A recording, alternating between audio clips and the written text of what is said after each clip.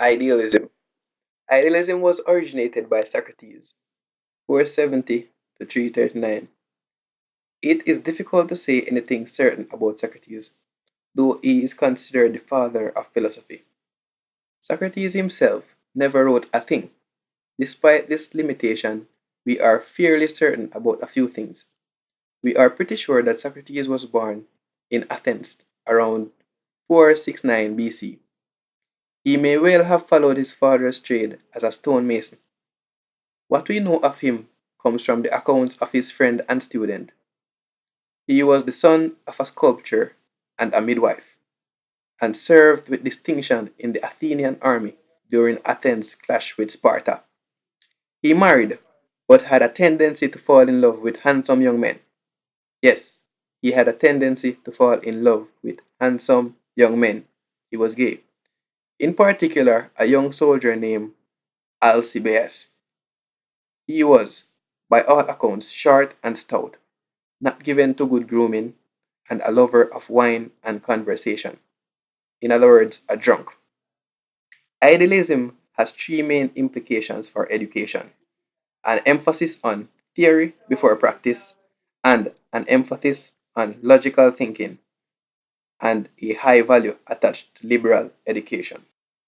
Sometime along the way, Socrates became interested in philosophy. He was irritated by the sophists and their tendency to teach logic as a means of achieving self centered ends, and even more, their promotion of the idea that all things are relative. It was the truth that he loved, desired, and believed in. In his latter life, Socrates apparently was a man of some importance. He was a member of the Athens Bowl, a citizen council that voted on important matters of state. Though his ideas earned him many friends and students among the elites of Athenians, Socrates seemed to have also upset a lot of people with his philosophical inquiries. Socrates was brought to trial in 399 BC under charges of corrupting the youth of the city. He was found guilty and sentenced to death by drinking hemlock poison. His famous student Plato called him the wisest and justest and best of all men whom I have ever known. Philosophy, the love of wisdom, was for Socrates itself a sacred path, a holy quest, not a game to be taken lightly. He believed in reincarnation of an eternal soul, which contained all knowledge. We unfortunately lose touch with the knowledge at every birth, and so we need to be reminded of what we already know, rather than learn something new. Socrates suggested that what is to be considered as good acts is not good because God says it is, but it is good because it is useful to us in our efforts to be better and happier people. This means that ethics is no longer a matter of surveying the gods or scriptures for what is good or bad, but rather thinking about life. He even placed individual conscience above the law, quite a dangerous position to take. Socrates himself never wrote any of his ideas down, but rather encouraged his students, wealthy young men of Athens, in endless conversations. In exchange for his teachings, they in turn made sure that he was taken care of. Since he claimed to have few needs, he took very little, much to his wife's distress. Plato reconstructed these discussions in a great set of writings known as the Dialogues. It is difficult to distinguish what is Socrates and what is Plato in these dialogues, so we simply discuss them together. Socrates' final words were, Crito, we owe a cock to Asclepius, the god of medicine. Pay it and do not neglect it. I repeat, Socrates' final words were, Crito, we owe a cock to Asclepius, the god of medicine. Pay it and do not neglect it. So, 437 to 347 was Socrates' prized student from a wealthy and powerful family. His actual name was Aristocles. Plato was a nickname. referring to his broad physique. When he was about 20, he came under the spell of Socrates and decided to devote himself to philosophy. Devastated by Socrates' death, he wandered around Greece and the Mediterranean and was taken by pirates. His friend then raised money to ransom him from slavery. When he was released, they bought him a small property called Academus to start a school. The academy, founded in 386, the academy was more like Pythagoras' community, a sort of religious fraternity, where rich young men studied mathematics, astrology, law, and of course, psychology. It was free, depending entirely on donations. True to his ideals, Plato also permitted women to attend. The academy would become the center of Greek learning for almost a millennium. Being that Socrates trained and taught Plato, we attribute Plato's work, or at least some of it, to his teacher. Plato can be understood as an idealistic and rationalistic, much like Pythagoras, but much less mystical. He divides reality into two. On the one hand, we have onthos, idea or ideals. This is ultimate reality, permanent and eternal, spiritual. On the other hand, there are phenomena, which is a manifestation of the ideal.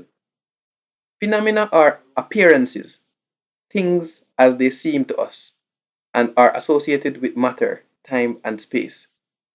According to Plato, the phenomenal world strives to become ideal, perfect, and complete. Ideas are, in that sense, a motivating force.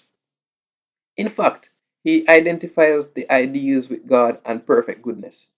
God creates the world out of materials, raw materials, matter, and shapes it according to his plans or blueprint.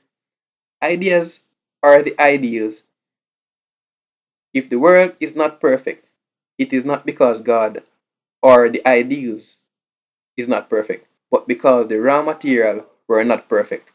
And this is why the early Christian church made Plato an honorary Christian, even though he died 3.5 centuries before Christ. Our goal, in other words, is self realization. So the goal of idealism is self realization. Philosophers of Idealism, the first of which is Saint Augustine, 354 to 430. He incorporated the Neoplatonic doctrine, the ultimate in knowledge is a mystical institution of the supreme reality, which only few can experience. His teachings dominated Christian education and beliefs for more than 9 centuries. All people are themselves responsible for their own misfortunes. They are free to choose, and they choose evil. Everyone earnestly desires peace, but the misdirected method of the city of man fail to achieve it.